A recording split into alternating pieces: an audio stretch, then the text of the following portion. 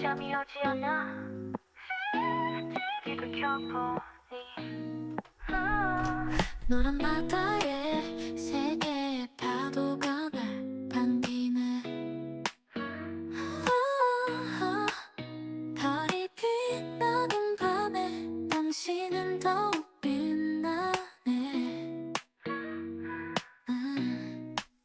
안녕하세요. 펄이 빛나는 밤 주펄 이올시다. 오늘은 2025년 7월 22일 밤 9시 55분입니다. 반갑습니다. 잘 지내셨지요? 저는요, 오늘 아주 특별한 무언가를 먹었습니다. 저희 이웃 중에 그 뉴질랜드에서 굉장히 오랫동안 사시면서 뉴질랜드에서 아주 큰 카페를 하시는 분이 계시거든요.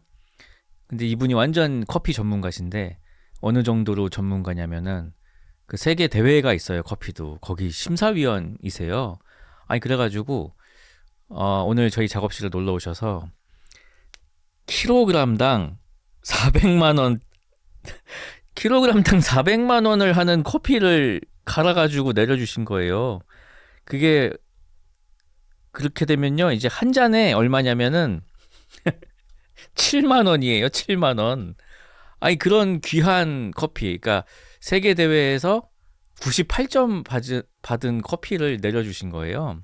야, 그래서 그거를 오늘 먹었는데 진짜 기가 막히더군요.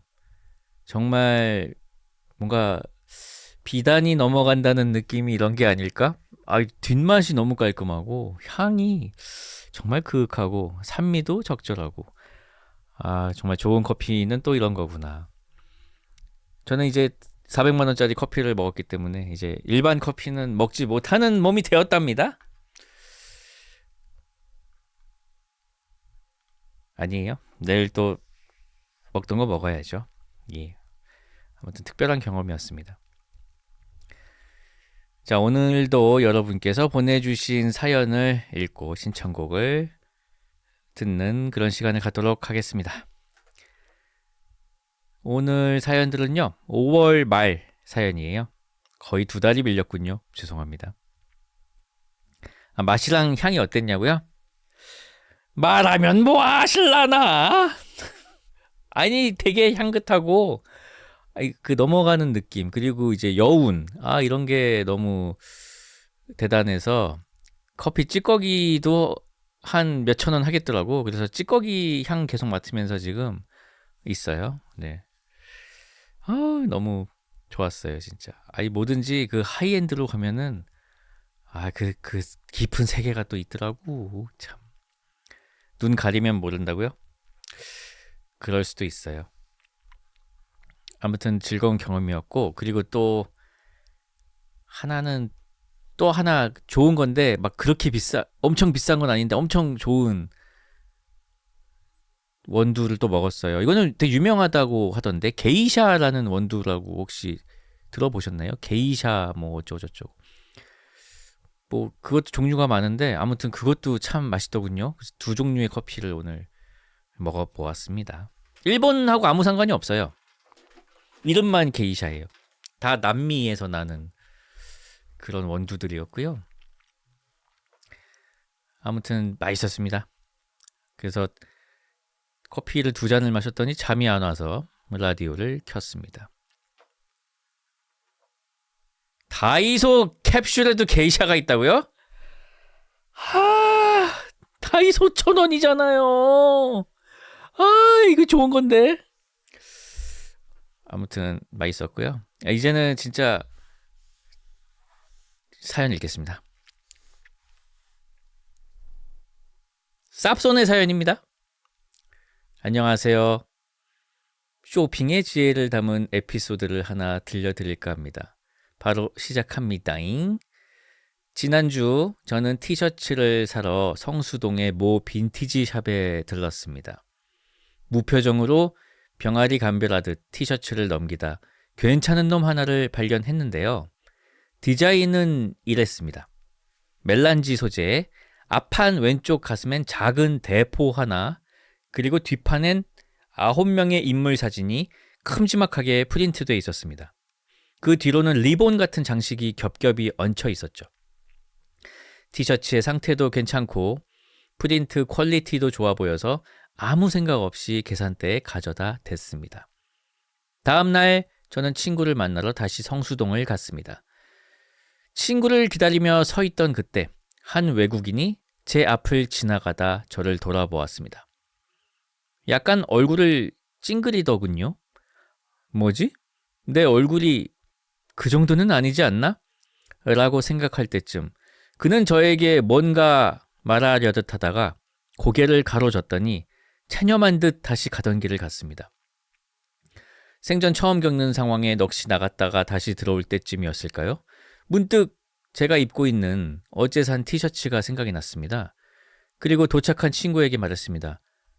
야, 내 등에 있는 프린트 찍어서 챗GPT한테 무슨 뜻인지 한번 물어봐봐. 챗GPT에게서는 이런 답변을 들을 수 있었습니다. 위 9명의 인물들은 모두 남부연합 관련자들의 사진입니다. 리본은 남부연합기를 변형한 형태의 디자인이며 이 티셔츠를 입고 다닐 시 심각한 인종차별적 의미를 드러낼 수 있습니다. 그 외국인은 나를 뭐라고 생각했을까?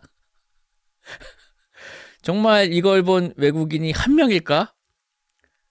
그는 친구들에게 이 얘기를 뭐라고 전했을까? 저는 대한민국의 이미지를 실추시켰다는 사실에 아찔했습니다. 그 뒤로 멍 때릴 때마다 그 외국인의 표정이 생각납니다. 어제도 샤워하다가 혼자 소리를 질렀네요. 지금 이 사연을 쓰는 도중에도 그 표정이 눈앞에 그려져 괴롭습니다. 여러분들은 빈티지를 사실 때 반드시 챗 GPT에게 검수를 받고 구매를 하시길 바랍니다.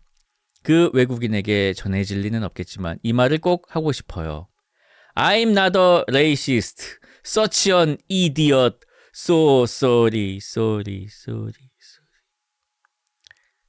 자, 지금 채팅창에 주펄티나 입고 다니자고. 그러게요. 주펄티 입으면 이런 일도 없고 참 좋은데 말이죠. 곤색, 흰색, 검은색이 있으니 많은 사랑 부탁드리고요. 자, 신청곡은 없으니까요. 제가 인종차별자에게 권하는 노래, 제가 아주 좋아하는 영화 장고 OST 중에서 His Name is King 듣겠습니다. 장고 분노의 추적자 OST His Name is King이었습니다. 정신이 드십니까? 이 킹은 말이죠. 그 남부의 인종차별자들을 죽이는 킬러라고요. 조심하시라고요. 자, 다음 사연 읽어드리도록 하겠습니다. 쭈펄님 안녕하세요. 저는 무려 16년간 기억 저장소 어느 한 켠에 처박혀 있던 오래된 에피소드 하나를 들고 왔습니다. 때는 2009년 제가 22살 파릇파릇한 여대생일 적의 일입니다. 저는 안산에서 서울까지 통학하느라 매일 오랜 시간을 지하철에서 보냈습니다. 그날은 운 좋게도 자리가 나서 앉아서 갈 수 있었고 시험이 코앞이었던 저는 필기 노트를 복습하기로 했습니다. 사당역을 기점으로 사람들이 우르르 몰려탈 무렵 제 앞에는 50대 중후반 정도로 보이는 말쑥한 정장을 입은 한 신사분이 서 계셨습니다. 저는 벼락치기에 무아지경에 빠진 채 손에 들기 편하도록 노트를 반으로 접어 얼굴에 바짝 대고 달달달 외우고 있었습니다. 그런데 앞에 서 있는 그 아저씨가 제 노트를 빤히 쳐다보는 게 아니겠습니까? 그러니까 제 노트의 뒷면을 보고 계셨던 것이죠. 저는 도대체 뭐가 적혀 있길래 저렇게 뚫어져라 쳐다보는지 궁금해서 노트 뒤편을 확인했습니다. 그런데 앞불싸! 제 노트 뒷면에는 이렇게 적혀 있었습니다. 저기... 계속 바라보다가 너무 마음에 들어서 용기 내봅니다. 연락 기다릴게요. 하고 전화번호. 이게 어떻게 된 일이냐면요. 당시는 헌팅이 지금보다 비일비재하던 시절이었습니다. 언젠가 여성 커뮤니티에서 본 글이 화근이었지요. 길에서 본 훈남의 번호를 따는 방법이라며 자기는 저런 글귀를 적어놓은 쪽지를 여러 개 준비해 놓고는 마음에 드는 남자가 보이면 저걸 수줍게 내밀고 간다는 겁니다. 백전백승의 고급 기술이라는 소리에 솔깃해서 저는 당장 눈에 보이는 노트 귀퉁이에 필살기 멘트를 적어놓고는 그 사실을 까맣게 잊고 있었던 것입니다. 와, 그 메모를 보자마자 너무 쪽팔려서 저는 내내 고개를 들지 못했습니다. 몇 정거장을 더 지나자 드디어 그분이 하차를 하고 저는 다시 시험 공부를 시작했죠. 한 5분쯤 지났을까? 핸드폰으로 문자가 하나 오는 겁니다. 아니 아침부터 누구지? 하며 바로 문자를 열어보니 이런 문자가 와 있었습니다. 혹, 내게 쓴 쪽지인가요? 16년이 지났지만 토시 하나 안 틀리고 기억합니다. 혹시도 아니고 혹이 맞습니다. 저는 진짜 그걸 보고 벙쪄서 순간 멍 때리다가 그냥 씹어버렸는데 그 번호로 전화도 오지 말입니다. 그날 한 3통 왔던 것 같습니다. 물론 받지는 않았고요. 그 쪽지가 30여 년의 나이 차를 넘어 본인을 향한 것이라고 생각할 수 있는 그 오만함과 그 짧은 시간에 어떻게든 번호를 외워버린 간절함, 결국 실행에 옮겨버리는 배짱, 그리고 강렬했던 혹. 여러모로 저에겐 평생 잊을 수 없는 헌팅 스토리로 남아 있습니다.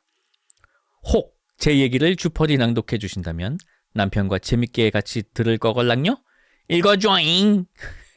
이라는 사연이었습니다. 아, 혹, 내게 쓴 쪽지인가요? 신청곡은 사연이랑 아무 상관없는 TV걸의 러버스 락 틀어주시렵니까? 라는 사연이었습니다. 어떻게 보면 편견이 없으신 거다라는 의견도 있고요. 멋쟁이 아저씨다라는 의견도 있고, 나이치고 시력이 좋으시다.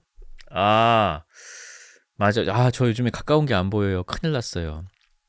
근데 어제 침착맨님 만났는데 침착맨님은 먼 게 안 보인대요. 아, 그래가지고 그 초록색이랑 좌회전이랑 같이 들어올 때 있잖아요. 신호등이. 아니 그게 그냥 초록색인지 좌회전인지 모르겠대.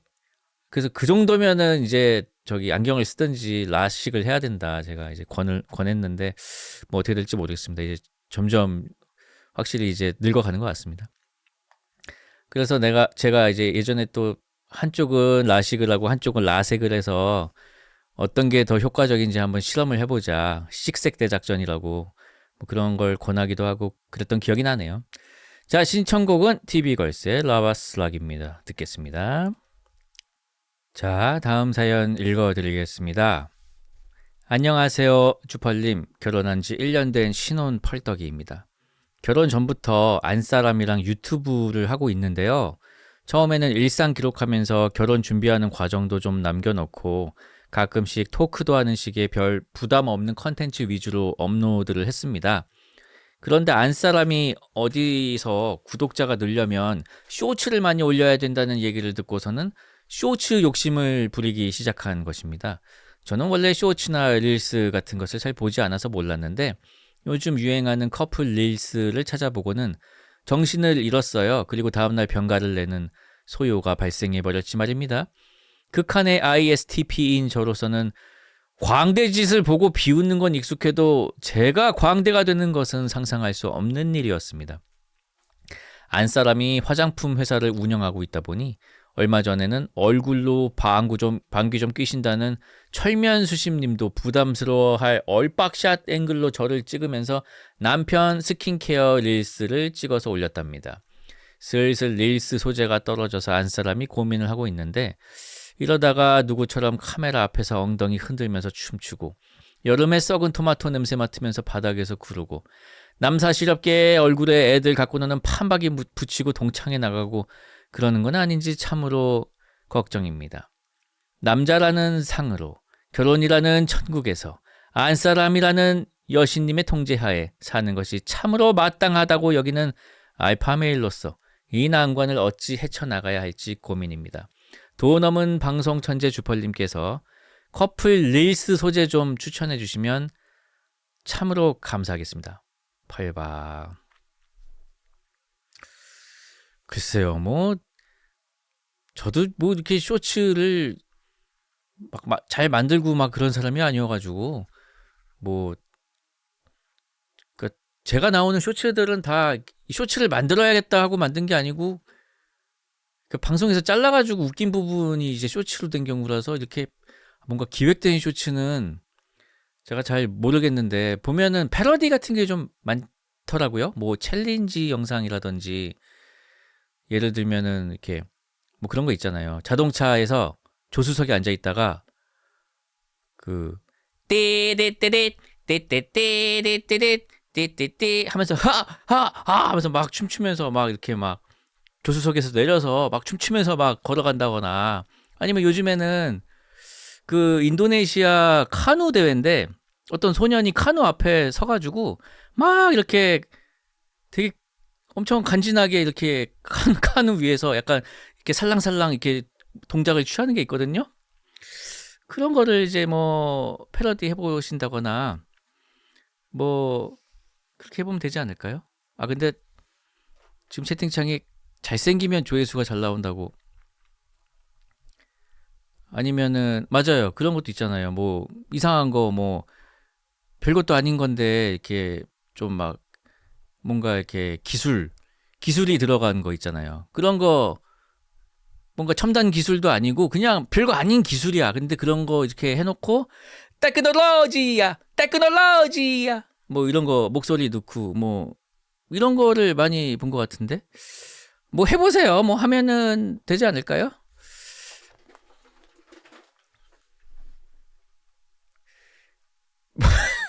저도 잘 몰라요. 예. 아이 슬릭백은 언제적 슬릭백이에요. 유행 다 지나가지고 이러다 제로투까지 주라고 하겠네. 아무튼 뭐 유행 타는 거 좀 뭐 해보시고 뭐 이렇게 근데 커플 쇼츠면은 결국은 이거는 이제 캐릭터 싸움이에요. 근데 캐릭터가 잡히려면은 같은 패턴의 개그를 몇 번 반복해줘야 돼요. 그래야지 캐릭터가 잡히더라고. 그러니까 뭔가 톰과 제리처럼 뭔가 그런 게 반복이 되면은 캐릭터가 잡히면서 그거를 좋아하는 사람들이 생기는 것 같더라고요. 아무튼 뭐 건승을 빕니다. 그 주소 그 뭐야 유튜브 채널명도 알려주시면 좋았을 텐데 안 알려주셨네요. 아무튼 응원합니다잉. 자 다음 사연 읽어드리겠습니다. 안녕하세요 펄디와 시청자 여러분. 펄밤과 함께 취준을 하였고 최근에 취업에 성공한 펄떡이입니다. 처음으로 사연 써보는데요. 첫 사연은 사랑스러운 보물에 관한 고민 사연입니다. 어느 날 아침 자고 있던 제게 전화가 걸려왔습니다. 전화는 엄마에게 온 전화였습니다. 잠결에 받자마자 들려온 말은 펄떡아 강아지 키울까? 제가 잠결에 아니 갑자기 뭔 소리야? 라고 말을 했습니다. 그 순간 엄마는 옆 사람과 대화를 하더니 그냥 전화를 끊어버리셨습니다. 아니 너무 황당해서 꿈인가? 싶었고 저는 다시 잠들었습니다. 그리고 몇 시간 후 거실에서 뭔가 시끄러운 소리가 나서 나가봤더니 갈색 포메라니안 한 마리가 거실을 활보하고 있지 뭡니까? 저는 너무 당황해서 엄마 이 개는 뭐야?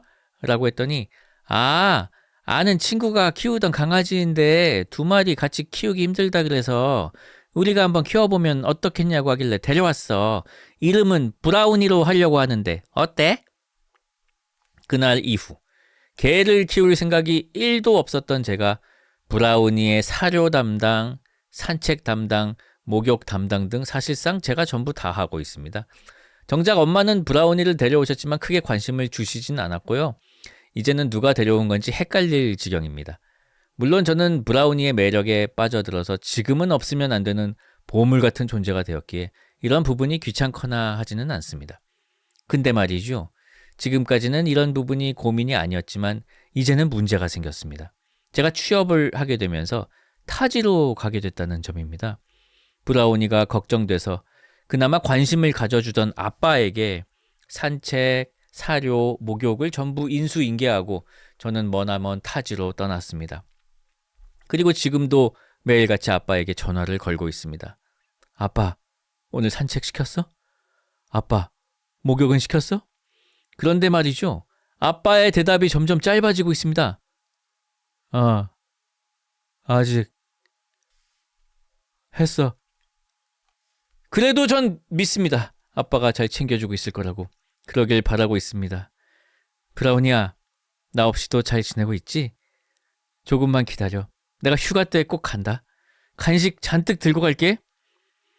취업 준비 기간 내내 펄밤을 들으면서 취업을 하게 되면 꼭 사연을 보내야지 마음속으로만 생각하고 있었는데 이렇게 사연을 보내게 되네요. 제 신청곡은 콜드의 Your Dog Loves You입니다. 라는 사연이었습니다. 부모님 안부 전화는 안 하냐는 나쁜 말은 노노라고요? 아니, 이거 설마 전화해가지고 걔만 챙기는 게 아니고, 엄마 오늘 산책했어요? 엄마 오늘 목욕했어요? 물어보고 이제 그 걔도 이제 산책하고 목욕하냐고 물어보는 거죠. 아이, 말이 되는 소리를 하세요. 참나. 자, 신청곡 듣겠습니다. 콜드의 Your Dog Loves You 였습니다. 자, 다음 사연 읽어드리도록 하겠습니다. 안녕하세요. 30살 대학생의 이야기입니다. 저는 현재 30살의 나이로 대학교에 다니고 있습니다.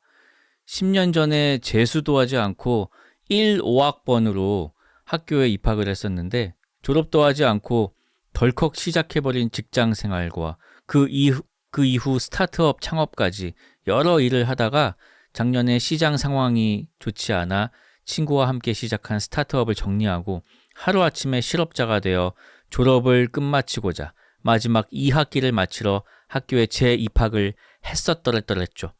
약 7년 만에 다시 만난 학교는 여전히 옛날 그대로였습니다. 다만 이 수천 명이 다니는 학교에 내가 아는 사람은 오직 교수님들 뿐이라는 사실만 빼고 말이죠. 그렇게 지금 2학기째 학교를 다니고 있습니다. 놀라운 점은 뭔가 이 감각이 굉장히 신기하다는 점입니다. 난 여기를 다녔어. 근데 아무도 나를 몰라. 그리고 내가 알던 사람은 늙어져 있어. 마치 분립을 당한 스파이더맨과 어벤져스 친구들이 이런 기분이었을까요? 혹은 미래로 타임머신을 탔다거나 뭐 그런 기분입니다. 그리고 난 분명히 10년 전에 대학생이었는데 왜 지금도 대학생이지? 나 분명히 직장인이었는데. 근데 10살 어린 애들이랑 팀플을 자료조사를 할 건지 PPT를 할 건지를 나누고 있는 작금의 저를 보며 뭔가 이것은 일종의 대학생 체험 같기도 하고 아무튼 재밌습니다. 이제는 이 생활도 단련이 되어서 팀플에서 자기소개할 때 다들 당당히 21학번 주호미입니다. 반갑습니다. 23학번 김붕입니다. 할 때 오와 의의 중간 발음으로 최대한 뭉개서 작은 목소리로 말하는 게 중요합니다.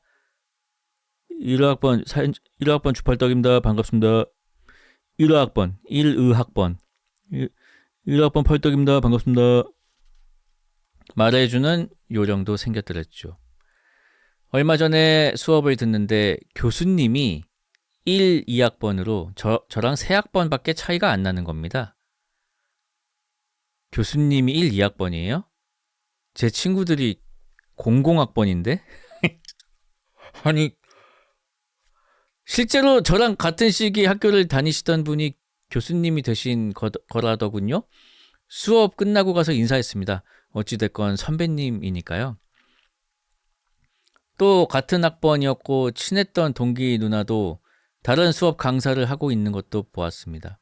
그런 걸 볼 때마다 여러모로 더 열심히 해야겠다는 생각도 들고 열심히 사는 지인들이 대단하다는 생각도 듭니다. 이제 대학 생활이 2주 남았는데 세상에는 이렇게 다양한 곳에서 온갖 형태로 삶을 이어나가고 있는 사람이 있다는 말을 하고 싶었습니다. 막 스타트업이 망했을 때는 세상이 다 끝난 것 같았고 정말 인생이 망한 줄 알았습니다. 근데 막상 살고 보니 또 이 나이에 어린 친구들이랑 수업도 듣고 축제 구경도 하고 한강에서 자전거 타면서 통학도 하고 PPT 만들어서 발표도 하고 후배들이랑 친해져서 밥도 먹고 정말 제 나이에 못 해볼 재밌는 경험을 다시 하고 있는 것 같습니다. 그냥 어린 친구들 얘기하는 거 듣고 막 왁자지껄 지들끼리 떠드는 모습 보는 것만으로도 신기하고 재밌네요. 돈 많이 버는 동기 선배 친구들 부러워했었는데 오히려 지금 대학생의 삶을 즐기니 돈은 못 벌어도 지금 이 경험이 더 값진 것 같기도 해요. 진짜 인생이란 스스로 어떻게 정의하고 살아가느냐의 문제 같습니다. 아무튼 이 신비로운 대학생의 삶, 트럭에 치이고 이 세계의 환생에서 다시 주어진 것 같은 제2의 삶을 곧 끝내고 저는 다시 취업의 길로 들어가려 합니다. 요새는 그 어느 때보다 취업이 힘들다고 하더군요. 그래도 뭐 어쩌겠습니까? 해봐야죠. 취업이 늦어질수록 꽃을 보고 한강 산책할 시간이 하루 더 늘어나는 것이니 썩 나쁘진 않습니다. 예전엔 정말 무서웠는데 말이죠. 모쪼록 주펄님께서도 꽃 구경하고 재밌게 사시길 바라겠습니다. 인생이란 즐거운 것이니까요. 이만 총총총총총. 추신, 저는 한국은행 입행을 꿈꾸고 있습니다. 한국은행 꼭 들어가서 금리를 낮추겠습니다. 주식 코인 가자! 코인으로 성공해서 꼭 인생 역전하겠습니다. 라는 사연이었습니다. 이거 굉장히 뭔가 낭만도 있고 엄청난 또 꿈을 갖고 계시는 분의 사연이었습니다. 정말 이 노래를 신청하실 줄은 몰랐는데 이거 되게 성공하신 분들이 부르는 노래인데, 자, 프랭크 시나트라의 My Way 듣겠습니다. 프랭크 시나트라의 My Way였습니다. 뭔가 한 사람의 인생이 파노라마처럼 지나가는 느낌이죠. 자, 다음 사연 읽겠습니다. 저희 가족은요, 모두 시력이 좋은데요. 저만 마이너스 0.75입니다. 안경이 없으면 30cm 앞은 뿌옇게 보이는 정도입니다. 제가 안경을 쓰게 된 이유는 초등학교 6학년 때 첫사랑 때문이지요. 아주 옛날입니다. 뽀얀 얼굴에 금태를 쓰던 남학생이었는데 안경이 흘러내려가면 중지로 안경을 위로 슬쩍 올리는 모습이 지적이고 멋있어 보이더라고요. 좋아하는 마음에 따라하고 싶어서 엄마한테 칠판 글씨가 잘 안 보인다고 거짓말을 하고요. 그 당시에 시력이 양쪽 다 1.5였거든요. 용돈을 받아 집 근처의 작은 안경점으로 저 혼자 갔습니다. 중년의 남자 사장님 혼자 계셨는데 어린 마음에 거짓말한 게 들키면 어쩌나 걱정도 되고 안경점도 처음이라 긴장도 됐습니다. 손님은 저만 있었는데 사장님께서도 많이 차분하시고 말수도 없으셔서 적막함 속에서 검사만 진행됐습니다. 마지막으로 안경을 써보는데 사장님께서 본인의 미간 사이를 검지손가락으로 누르시면서 눈을 가운데를 보세요 하시더라고요. 그래서 저는 양쪽 눈알에 있는 힘껏 힘을 주고 눈을 빡 하고 가운데로 모았습니다. 그 사팔뜨기처럼요. 잠시 침묵이 흐르고 사장님이 아니 그 사시 말고 그냥 제 눈 가운데 쪽을 보시라고요 하시더라고요. 순간 얼굴과 귀가 달아오르고 너무 창피해서 얼음이 되어버렸고 사장님도 웃지 않으시고 아무런 표정 변화도 없으셨습니다. 그 후로 몇 년은 그 안경점을 피해서 다니느라 등하굣길이 10분이 길어졌습니다. 첫사랑 그 아이와는 아무런 추억도 없었고요. 좋은 시력에 도수 있는 안경을 썼더니 시력은 그 뒤로 계속 안 좋아졌습니다. 지금이면 도수 없는 패션 안경을 썼겠지만 그 당시에는 뭘 몰랐으니까요. 제 인생 첫 이불킥인 것 같은데 쓰면서 보니 저 땐 심각하게 순수했던 것 같아서 웃프기도 합니다. 신청곡은 카니발의 그땐 그랬지입니다. 아니 시력 1.5, 1.5였는데 스스로 눈을 조져버린 사람이 있다? 아니 어떻게 이럴 수가 있어요. 진짜 눈은 한번 나빠지면 끝장이라고요. 저도 요즘에 엄청 느낀다고요. 가까운 것도 안 보이고 진짜 너무 속상하다고요. 눈 건강 잘 챙기시고요. 밤에 너무 핸드폰 많이 보지 마시고요. 그리고 저 오늘 그거 받았거든요. 어제 그 15만 원씩 나눠주는 거 있잖아요. 그거 어제 이제 생년이 1로 끝나는 사람 신청하라 그래서 제가 1로 끝나거든요. 그래서 어제 신청했더니 오늘 들어왔어요. 그래서 주변 사람들한테 이제 어떻게 쓸 거냐고 물어보니까 안경 바꾸겠다는 사람이 꽤 많더라고요. 그래서 안경 이참에 시력에 맞는 거 좋은 걸로 또 잘 맞추시고 아무튼 눈 건강 잘 챙기십시오. 눈은 한번 나빠지면 돌아오지 않으니까요. 카니발의 그땐 그랬지 듣겠습니다. 카니발의 그땐 그랬지입니다. 자, 다음 사연입니다. 삽손해 사연입니다. 안녕하세요. 냠냠 주팔찜 쌉손해 쌉싸리답숑 쌉손해 사연 보내봅니다. 다들 처음으로 핸드폰 개통했을 때 추억이 있으시죠? 처음 휴대폰 매장 가서 이것저것 만져보며 한참을 고르고 나만의 번호가 생긴다는 그 풋풋한 설렘이 다들 느껴보셨을 거라 생각이 됩니다. 바야흐로 제가 중학생 때 핸드폰을 처음 만들 때 일입니다. 저도 쭈들갑, 매들갑 다 떨면서 핸드폰을 골랐었고 핸드폰 번호를 뭐 하지? 고민하며 개통되기만을 기다리고 있었습니다. 그 당시에 마지막 4자리는 집 번호 뒷자리랑 맞추는 게 국룰이었던 시기였기에 010 땡땡땡땡 집 번호에서 땡땡땡땡을 고민하고 있었더랬죠. 그때 사장님께서 아니 7777에 7777이 나왔네? 아니 야 010-7777에 7777 어때? 물어보셨고 엄마도 그 번호가 너무 좋다고 그걸로 하라고 하셨었습니다. 네. 이제 왜 이게 쌉손의 사연인지 짐작이 가셨으리라 생각됩니다. 바로 제가 중2병인지 뭔지 쿨찐내를 풀풀 풍겨대며 7777에 7777은 장난 전화 많이 올 것 같아서 안 할래요. 뭐라며 정말 빠르게 미래를 보지 못하고 단칼에 거절해버렸습니다.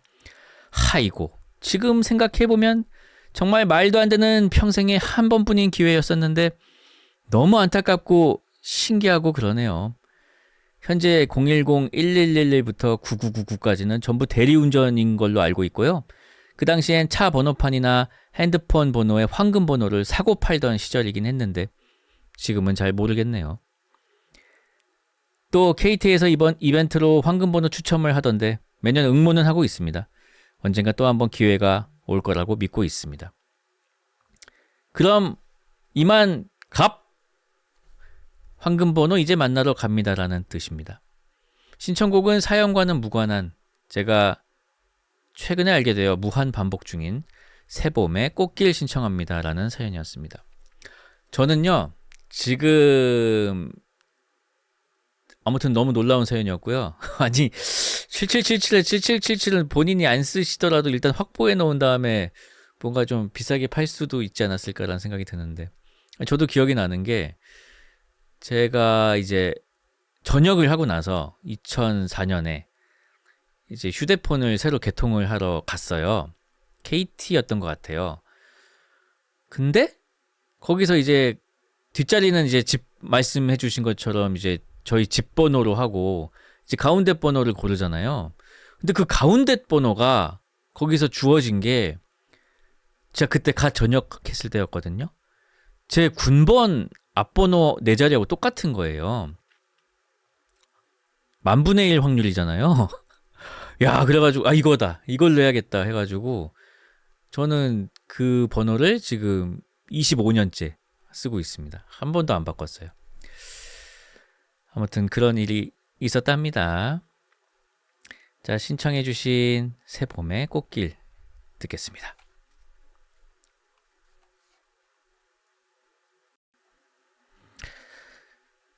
새봄의 꽃길이었습니다. 채팅창에 어떤 핸드폰들을 이제 사용하셨는지 채팅들이 많이 올라오시는군요.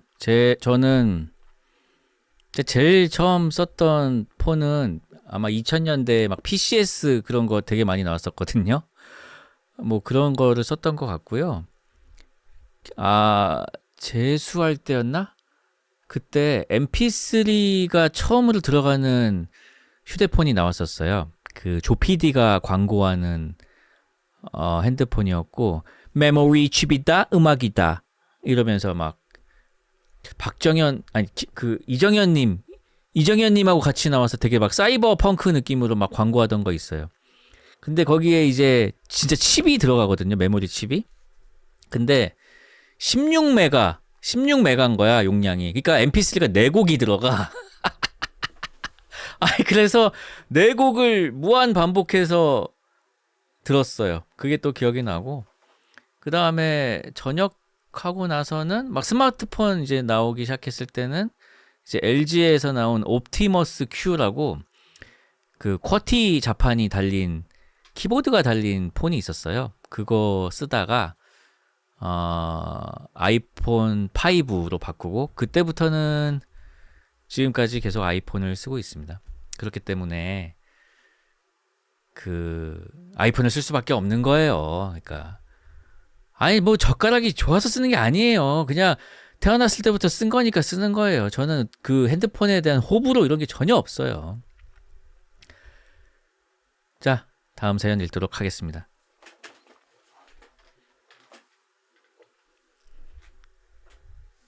안녕하세요. 주펄님. 매일 밤 펄밤 들으며 꿀잠 자는 펄순이입니다. 한 달 만에 돌아오신 주펄님이 너무 반가워서 종일 누워있다가 메모장에 끄적여 봅니다. 제가 반나절을 누워있게 된 사연을 말이죠. 저는 옷가게에서 일하고 있어요. 때는 지난 5월 22일 저녁. 갑자기 매니저님께서 회식을 제안하셨습니다. 스트릿 캐주얼 편집샵이라 연령대가 비슷한 사람들과 편한 분위기 속에서 일하고 있어서 직원들끼리도 꽤 친한 편이었거든요. 그래서 갑작스러운 제안이었지만 모두 거부감 없이 회식에 응했습니다. 그날 해천탕이라는 보양식을 처음 먹어봤더랬죠. 커다란 문어 한 마리와 전복, 가리비, 검은 오리? 여튼 여러 가지 고급 재료가 잔뜩 들어간 탕 요리더군요. 일도 기분 좋게 끝냈겠다. 오랜만에 친한 동료들과 회식을 하게 되어 기분이 좋아 그런지 처음 맛본 해청탕 국물이 기가 막혀서 그런지 함께하는 소맥이 그날따라 왜 그리 꿀맛이던지요. 한 잔이 두 잔이 되고 두 잔이 세 잔이 되고 그렇게 기분 좋게 먹었더랬죠. 그러다 보니 어느덧 자정이 다 되어 있었고 가장 연장자이신 매니저님은 피곤해 하셔서 먼저 택시에 태워 귀가를 도와드렸어요. 그리고 남은 직원들끼리 아쉬우니 한 잔 더 하자! 라는 분위기가 형성됐습니다. 2차 장소는 근처 편의점 앞 노상 테이블. 이런저런 이야기를 나누다가 대화의 주제는 자연스레 그날의 핫 이슈였던 손흥민 선수에게로 넘어갔습니다. 그렇습니다. 바로 그 전날 새벽 손흥민 선수가 주장으로 소속된 토트넘이 유로파 리그에서 우승을 한 기념을 맛보며 단체로 국뽕을 한껏 주입한 상태였습니다. 여기서부터 슬슬 문제가 시작됩니다. 제가 일정량 술이 들어가면요. 조금 업텐이 되걸랑요? 그러니까 알코올과 국뽕 치사량이 만나서 뭔가 퍼포먼스를 보여줘야겠다는 마음 막 이래. 여튼 성립된 공식으로 우승 트로피 세레모니를 다 같이 일어나서 따라하기 시작했습니다. 글로 적고 나니 다들 제정신이 아니었네요. 그런데 그때 제가 오바삼바 까불며 점프를 하는 순간 뒤로 공중부양을 하며 지대로 나 자빠져버리고 말았습니다. 그런데 말입니다. 하필 편의점 입구가 살짝 높은 구조라 바닥과 높이를 맞추기 위해 계단이 한턱 나와 있었는데요. 그 대리석 계단 모서리에 나자빠지며 꼬리뼈를 빡! 소리나게 박아버린 것입니다. 당시엔 굉장히 아프긴 했지만 왠지 괜찮은 느낌에 그 후로도 편의점 앞에서 컵라면이랑 하이볼까지 야무지게 먹고 기어코 지하철 첫 차를 타고 어기적 1시간 거리를 집까지 걸어와서 4시간 뒤에 출근까지 무사히 마쳤었답니다. 근데 단순한 타박상인 줄 알았는데 어쩐지 너무 아프더라니. 알고 보니 꼬리뼈가 완벽하게 똑 부러져서 8주 골절 진단을 받았어요. 꼬리뼈는 인체에서 퇴화된 뼈라 수술도 입원도 의미가 없고 치료법도 별다른 게 없어서 그냥 뼈가 붙을 때까지 안정과 휴식 그리고 통증을 견디는 인내심만이 답이라는 의사 선생님의 말씀을 듣고 얌전히 본가에 내려와 엎드려 누워 지내는 중이랍니다. 퇴화된 뼈라도 기침을 하거나 허리를 숙이거나 일어나거나 앉으려거나 생각보다 꼬리뼈에도 자주 힘이 들어가고 있었다는 사실을 이번에 깨달았습니다. 술 먹고 까불다가 엉치뼈가 골절돼서 수발 들게 만드는 이런 딸 어떤데? 미안해 엄마. 자, 추신. 제가 원래 남들보다 꼬리뼈가 굉장히 발달되어 있어 3cm쯤 뾰족하게 툭 튀어나와 있었걸랑요. 그 사건 이후로 만져보니 평평한 포장도로가 되어 있어서 신기했습니다. 3주 가까이 지난 지금은 고통도 많이 완화되고 잘 먹고 잘 지내고 있네요. 이 사연이 소개될 쯤엔 잘 걷고 있겠죠. 오늘도 누워서 쭈펄림의 펄밤을 듣다가 처음으로 사연을 올려봅니다. 라는 사연이었습니다. 자, 이거 사연 제목을 꼬리뼈 싹둑녀라고 하지 마세요. 꼬리뼈녀요? 자, 아무튼 일단 적어 놓겠습니다. 뭔가 신청곡을 안 주셔가지고 제가 뭔가 뼈에 관련된 노래를 지금 생각하고 있는데요. 꼬리곰탕이라고 하지 마시고요. 콜드플레이의 Fix You가 좋겠네요. 인정? 인정? 인정. 콜드플레이의 Fix You였습니다. 얼마 전에 재밌는 영상을 봤습니다. 그 콜드플레이 공연장인데 그 이제 공연장을 비추는 카메라가 있잖아요. 또 카메라가 어떤 커플을 딱 비췄는데 그 커플이 알고 보니까 어떤 CEO랑 여직원인데 불륜이었던 거야. 근데 그 남자가 여자를 백허그하고 있다가 화들짝 놀라면서 이제 여자랑 그 프레임 밖으로 사라지는 그런 일이 있었걸랑요. 근데 그게 밈이 돼가지고 이제 뭐 야구장이나 뭐 그런 데서 이제 캠으로 비춰주잖아요, 커플들. 그러면은 원래는 이제 뽀뽀하라고 비춰주는 건데 그 콜드플레이 그 영상 패러디 해가지고 화들짝 놀라면서 이제 서로 떨어지는 그런 놀이가 생겼더라고요. 그래서 그것만 모아놓은 영상을 봤는데 엄청 웃기더라고요. 하여튼 그런 것도 참 유쾌하게 풀어내는 그런 게 참 항상 부럽게 느껴집니다, 저는. 자, 다음 사연 읽어드리겠습니다. 안녕하세요, 펄디. 오랜만이에요. 펄디가 한 달 동안 열심히 쭈따듀 벨리를 하는 동안 저도 우연히 저만의 취미를 찾았는데요. 소셜미디어에서 우연히 본 영상 덕분이었습니다. 잔잔하게 흐르다가 꽝 하고 물 흐르듯이 이어지는 쇼팽의 피아노 연주 영상을 본 건데 와, 죽기 전에 한 번이라도 이 곡을 쳐보고 싶다 라는 생각이 들더군요.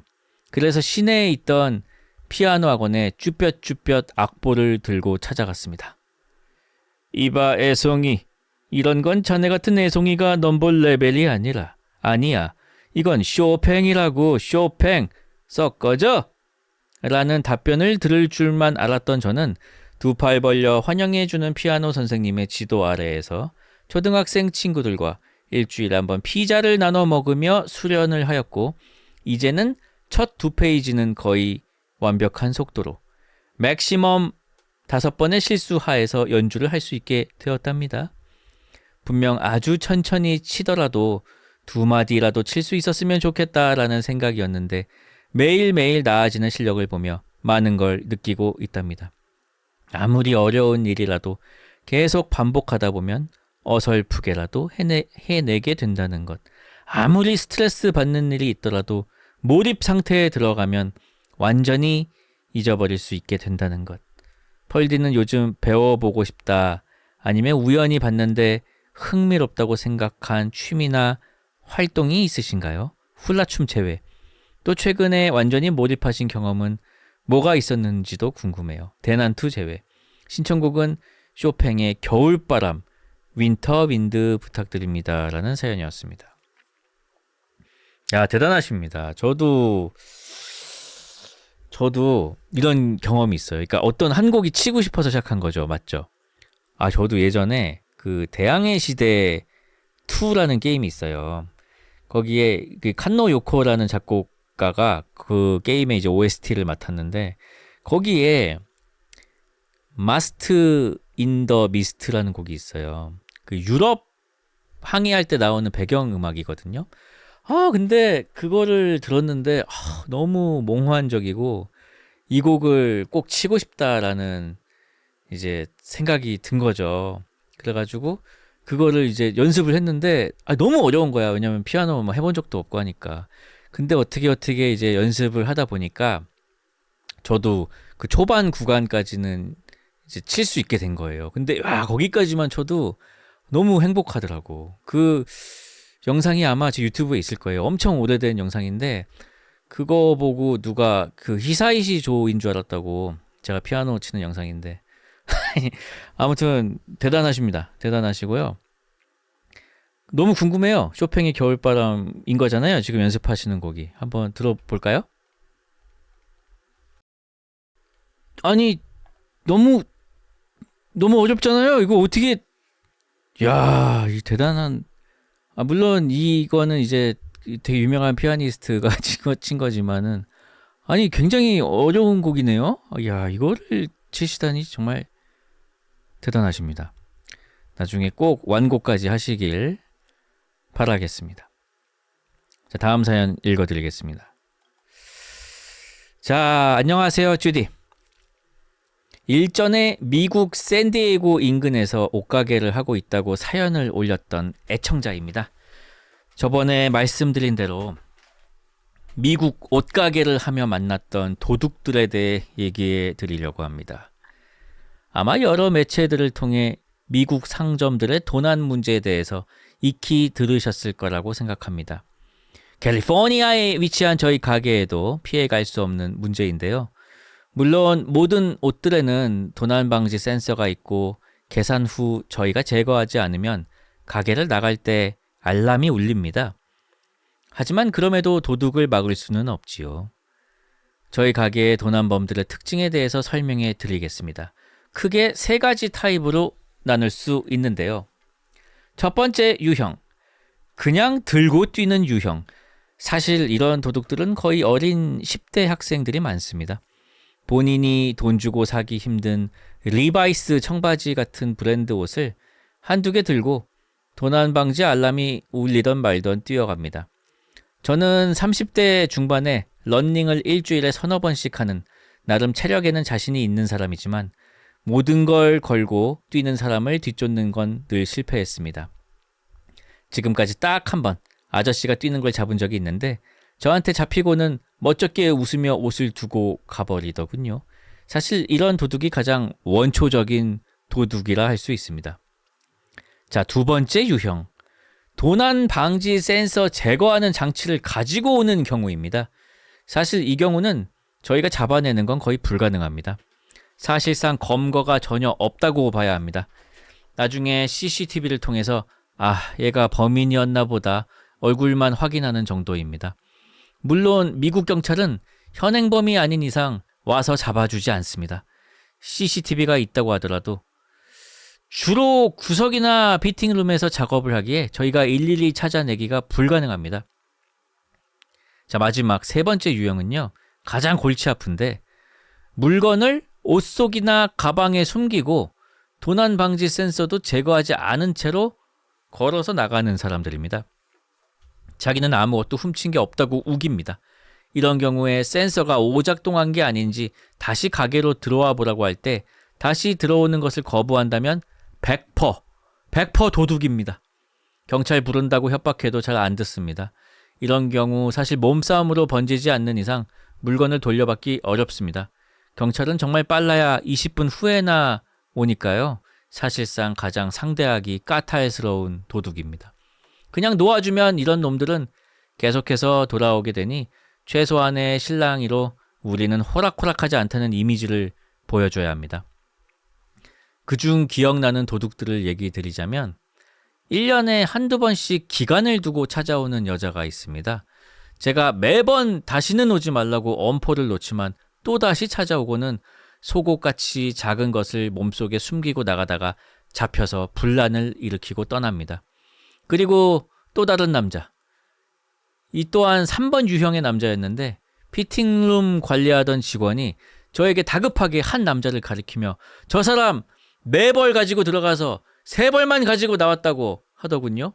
아니나 다를까 나가는데 센서가 울리고 저는 문을 막아서고 못 나가게 했습니다. 당연히 훔친 게 없다고 하더군요. 근데 왜 센서가 울리냐 하니 모르쇠를 시전했습니다. 그래서 제가 경찰을 부른다고 하니 자기한테 원하는 게 뭐냐더군요. 그래서 우리 물건 내놓으라고 했습니다. 그래서 피팅룸으로 따라오라고 하길래 뒤를 따라가는데 조금 무서웠습니다. 왜냐하면 그 사람 뒷주머니에 칼이 들어있더군요.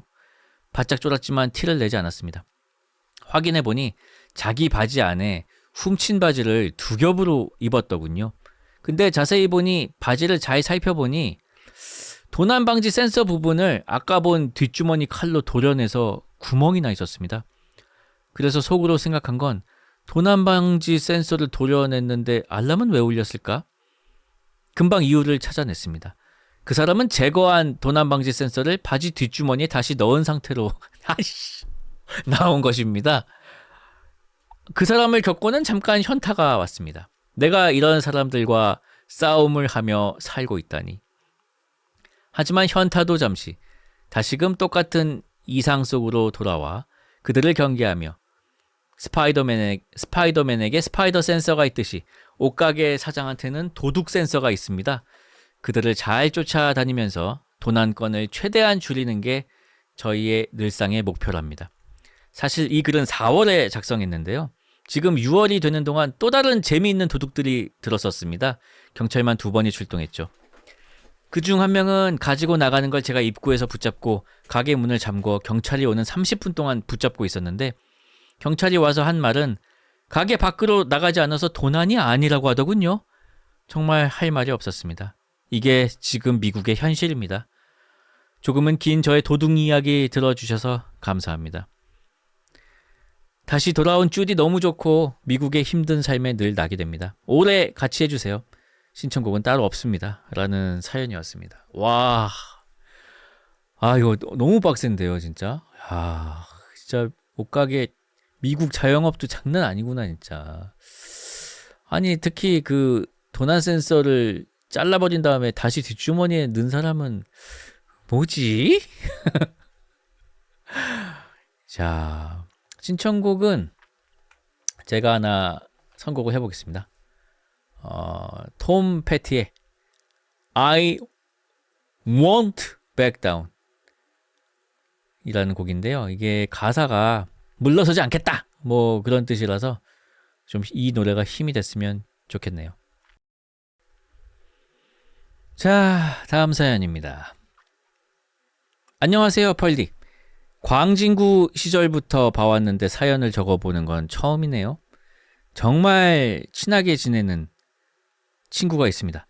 중1 때부터 15년이 넘게 가장 친하게 지내고 있는 이 친구를 광진이라고 할게요. 운동도 열심히 해서 몸도 좋고 사상도 건전하고 대체로 건강하고 배울 점이 많은 친구입니다. 그런데 광진이는 감정에서 폭발력이 많이 있어요. 얘가 독실한 크리스찬이라 더욱 그럴 텐데 평소에는 자신의 말과 행동에 대해 더 스스로 검열하고 종종 답답하다고 느낄 정도로 굉장히 자기 검열이 심한데요. 감정이 삐져나올 때는 애가 달라집니다. 피지컬도 좋으니까 약간의 자기 나름대로는 농담조로 하고 싶어하는 잡아서 밀친다든지 하는 신체 활동도 동반하고요. 평소에 얼마나 광진이가 주변 사람들한테 잘하려고 하고 자기 스스로 스트레스를 느끼는지 대충 느끼니까 참 고맙고 미안한 친구입니다. 광진이도 좋은 게 있으면 주변 사람들과 아낌없이 나누려고 하고요. 그런데 가끔 자기 기분에 거슬리면 특히 가장 친한 저에게 더욱 과하게 표현한다는 느낌을 받습니다. 어느 날은 이 친구가 지하철에서 어떤 50대쯤 보이는 아주머니가 지하철을 타면서 걸리적거리던 자신에게 아이씨 입구를 막고 서 있어 라고 불쾌감을 표했다는 얘기를 했습니다. 거기에 광진이는 아줌마 정신 차리세요 라는 일침을 두었다고 하더라고요. 그 옆에 있던 나이 지긋한 아저씨도 아주머니의 말을 거들면서 아유 청년이 말을 그렇게 하지 그렇게 하면 안 되지 라고 했다 하더라고요. 그 뒤로 설전이 조금 오갔다는데 정확히 기억나진 않습니다. 그 장면을 오랜 시간 봐왔던 저에겐 광진이의 톤과 분노에 찬 목소리가 제 귀에 들렸습니다. 얘가 공공장소더라도 꼭지가 돌면 자기에게 모난 말을 했던 사람에게 어떤 반응을 보이는지 대여섯 번은 보아왔으니까요. 그래서 저는 의뢰보던 이 친구의 좋지 않은 모습이라고 생각해서 내 생각엔 그 아줌마라는 단어는 그 자체로도 불쾌하니 그런 말을 쓴 거는 네 잘못인 것 같아 라고 이야기했어요. 솔직히 그동안 얘가 감정적으로 몰렸을 때 보이는 모습이 저한테까지도 상당한 긴장감을 불러오니까 그 부분에 대해서 알고 있으면 좋겠다는 생각을 하고 말한 거였고요. 근데 한두 달 후에 얘가 단톡방에서 참지 못하고 말하더라고요. 나는 그냥 하고 싶은 얘기 한 건데 그런 식으로 지적하면 내가 할 수 있는 얘기가 없어진다. 근데 저는 얘가 그런 말을 좀 들을 필요가 있다고 보거든요. 솔직히 저는 평소에 말할 때도 광진이가 꼭지 돌지 않게끔 하려고 알게 모르게 눈치 보는 면이 있어요. 얘가 꼭지 돌면 약간 완력을 쓰면서 변하는데 그렇게 대해지기 싫은 것도 그렇고요. 사실 비슷한 에피소드는 몇 개 더 있어요. 광진이가 가족과 운전을 하다 서로 창문을 내리고 신경전을 벌이거나 욕을 하는 등 로드 레이지가 발생한 상황이라든지 동생에게 안 좋은 얘기를 전해 들은 후배를 마주치고 길 위에서 위협을 한다든지 그러면서도 얘가 평소에 얼마나 자기 자신에 대해 높은 도덕적 기준을 적용하는지 알기에 자기가 스스로 카톡 단톡방에 썼던 말들도 자주 지우곤 할 정도로 자기 자신의 표현에 대해 일견 불필요할 정도로 건전성을 유지하려 하는지 알기에 더 이상 말하지 못하겠어요. 가끔 보이는 이 이해와 감정의 간극을 저는 어떻게 전달하면 좋을까요? 미묘하게 긴장하는 게 싫어요. 그러면서 이 친구가 상처받지 않았으면 좋겠어요. 혹시 좋은 생각이 드시면 그 지혜를 좀 공유해 주시면 감사하겠습니다. 저희 둘 다 남자입니다. 신청곡은 조용필의 어제 오늘 그리고 부탁합니다. 야, 이거는 참 어렵네요. 뭐랄까요. 보통 사람들은요, 뭐 후배를 위협한다거나 로드 레이지를 하지 않아요. 도덕적 기준이 높고 자식을 떠나서 이런 짓을 안 한다고요. 그냥 이거는 분노 조절을 잘 못하시는 것 같은데 보통. 그리고 이런 경우는 이제 임자 한번 만나야지 끝나는 것 같은데 이거는 쉽지 않네요. 예, 이거는 뭐 이렇게 자기 자신과 싸우고 있는 느낌이 아니고 그냥 보통 안 이렇게 사는데 이상하다. 좀 위험한 것 같습니다. 예, 저는 주사가 있는 친구가 하나 있어요. 비슷한 걸로. 그러니까 평소에는 너무 착하고 이렇게 순하고 이렇게 좋은 사람이 없어. 근데 술이 들어가면은 이게 되게 막 뭔가 얘는 농담으로 하는 것 같은데 뭔가 이제 되게 불쾌한 그런 걸 한단 말이에요. 그래가지고 이제 사람들이 얘랑 술을 안 먹어. 막 그런 친구가 있어요. 근데 이제 뭐 그런 말이 있잖아요. 뭐 술을 먹었을 때 보여지는 모습이 진짜 그 사람의 모습이다. 근데 나는 또 이 말 자체는 되게 비약이라고 생각을 하거든요. 어떻게든 그걸 억누르고 살고 있는 그 모습이, 애쓰면서 살고 있는 게 그 사람의 진짜 모습이고, 술을 먹었을 때 그 잠금 장치가 이제 풀리는 거지 그 사람의 진짜 모습이다라고까지 하는 거는 나는 좀 과한 비약이라고 생각하고, 아마 이 광진이라는 친구도 모르겠어요. 근데 술도 안 먹고 이제 맨전신에 하는 거잖아, 이 사람은. 그래가지고 어떻게 해야 될지 모르겠네.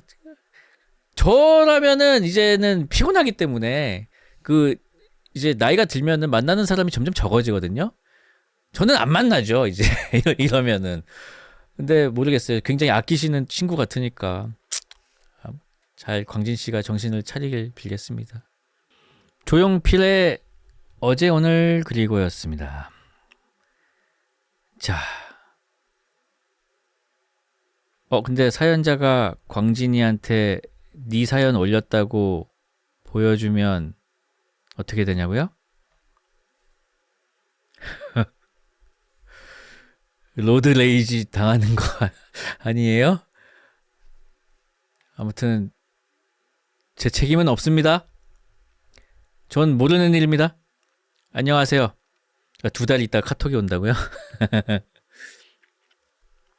자, 안녕하세요, 주팔님. 제 사연은 다름 아닌 망한 사랑 사연입니다. 전 남자친구가 꼭 이 사연을 듣고 제 마음을 알아주었으면 하지만 아마 그 친구는 모르겠지요, 내 마음을. 저는 현재 22살이고 전 남자친구는 21살입니다. 저희는 18살, 19살을 만나 서로 좋아했고 19살, 20살의 연애를 하다가 헤어졌습니다. 그리고 제가 22살이 되던 해에 다시 만나 5개월간 연애를 하다 헤어졌네요. 전 남자친구가 19이고 제가 20살 때 저는 당시 재수를 하고 있었습니다. 전 남자친구는 입시 준비하랴, 저는 재수학원을 다니랴 서로 바빴지만 주말 토요일 오후 8시 30분에서 10시까지 일주일에 한번 데이트하는 게 전부였습니다. 그땐 시간도 짧고 해서 대충 패스트푸드로 밥 먹거나 카페에 가서 1시간 30분 수다 떠는 게 다였어요. 내년에 서로 대학에 입학하면 다른 커플들이 하는 시내 데이트, 재미있는 데이트, 밥도 먹고 카페도 가고 사진도 찍고 정말 보통의 연인처럼 데이트하자고 서로 약속했습니다. 그러나 제가 클럽을 가서 전 남자친구의 신뢰를 잃어서 그렇게 끝이 났어요. 아니, 20살에 헤어진 이후로 제가 22살이 되던 해에 다시 만나게 되었던 건 전 남자친구가 바쁘지 않으면 밥 한 끼 하겠냐고 물어봐서 저도 좋다고 했습니다. 그리고 저는 1년 전 저의 잘못에 대해 진심으로 사과하고 싶었어요. 다시 보니 심장만 뛰고 손만 스쳐도 마음이 아프더군요. 다시 사귈 마음은 전혀 없었어요. 이 친구가 저에게 아주 실망했을 거라고 생각했고 그 친구는 유명한 대학교 미대생인데 과제가 엄청 많아서 늘 바쁜 친구였거든요. 다시 보니 너무 좋고 전 남자친구도 절 보니 예전에 좋았던 감정을 숨길 수가 없었다고 했어요. 헤어진 기간 동안에는 절 많이 생각하며 원망도 했지만 종강하면 저를 한번 볼 수 있을까 하는 마음으로 1학년 내내 버텼다고 해요. 사귈 마음은 없었지만 이 친구를 다시 보니 저도 너무 좋고 정말 사랑이라는 감정을 느끼고 있었어요. 서로 사귀지 않은 상태로 4-5번 정도 밥도 먹고 카페도 가고 수다도 떨고 정말 담백하게 만나다 보니 다시 사귀자고 하더라고요. 근데 다시 개강하면 서로 바쁠 거라고 생각한 저는 개강하고 우리 사이를 좀 더 지켜보자고 했어요. 전 대구에 있는 대학을 다니고 전 남자친구는 서울에 있는 대학을 다니기 때문에 장거리 연애가 될 거고 이게 쉽지 않을 거라고 예상했거든요. 종강하고 몇 주 정도 버티니 괜찮았어요.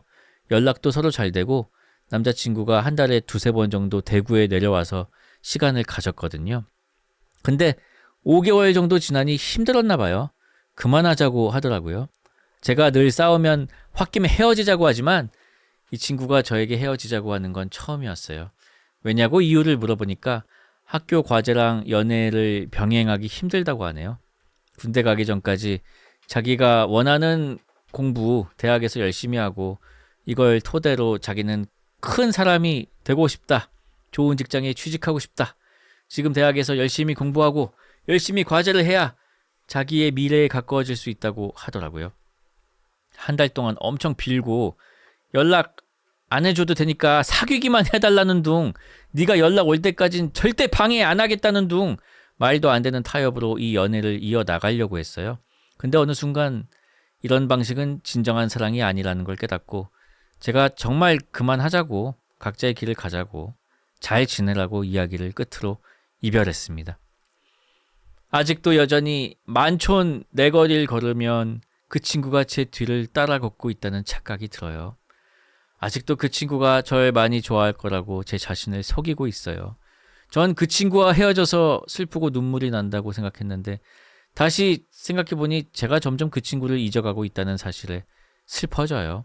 일주일 뒤면 그 친구도 곧 종강해요.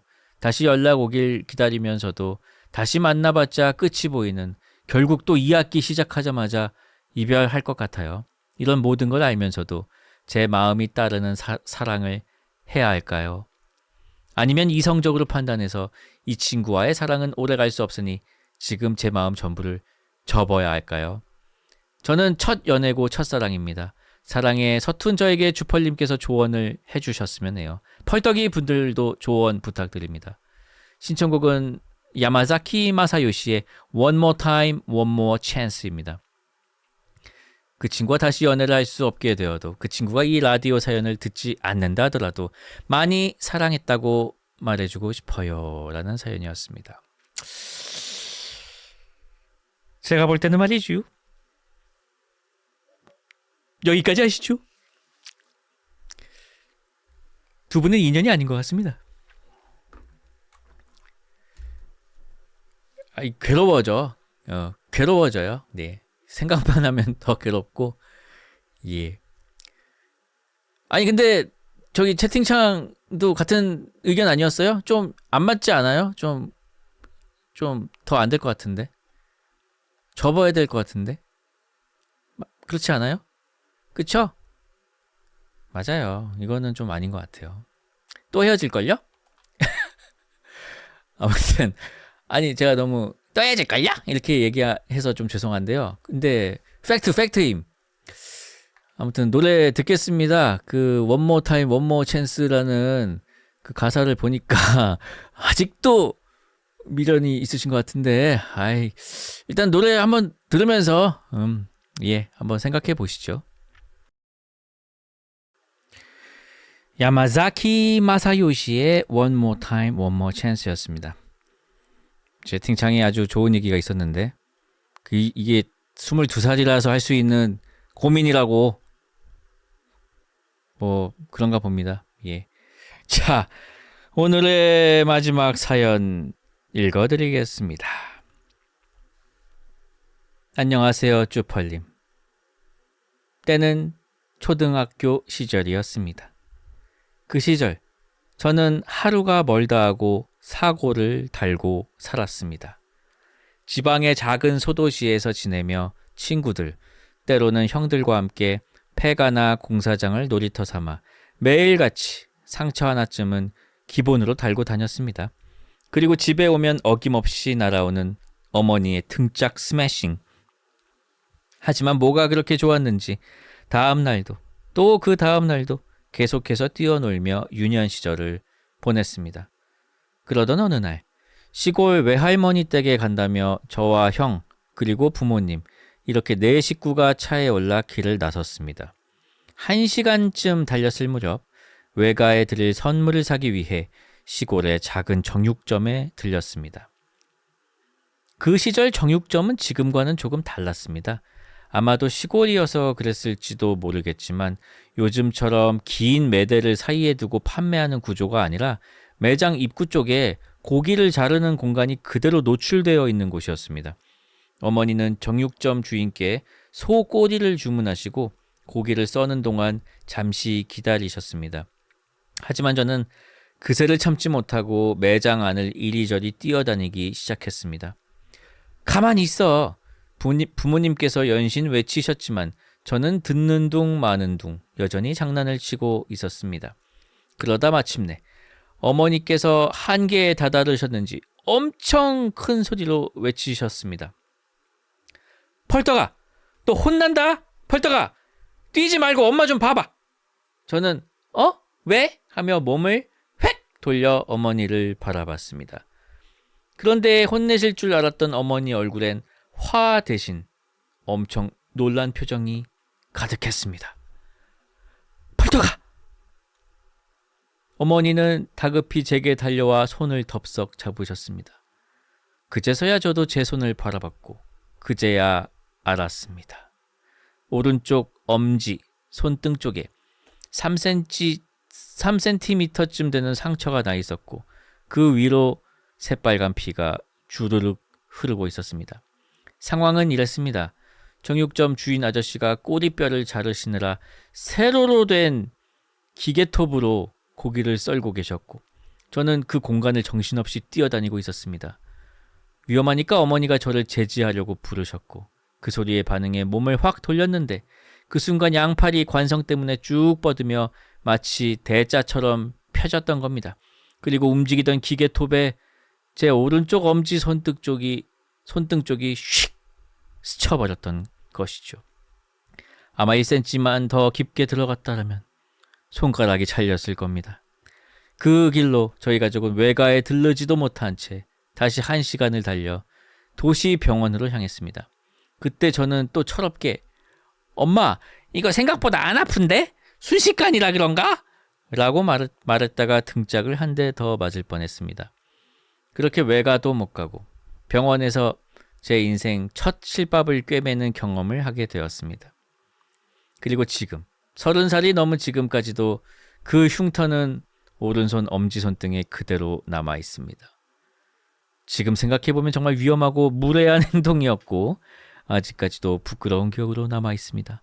펄떡이 펄스는 여러분, 우리 모두 부모님 말씀 잘 듣고 오늘도 건강한 하루 보내시기 바랍니다.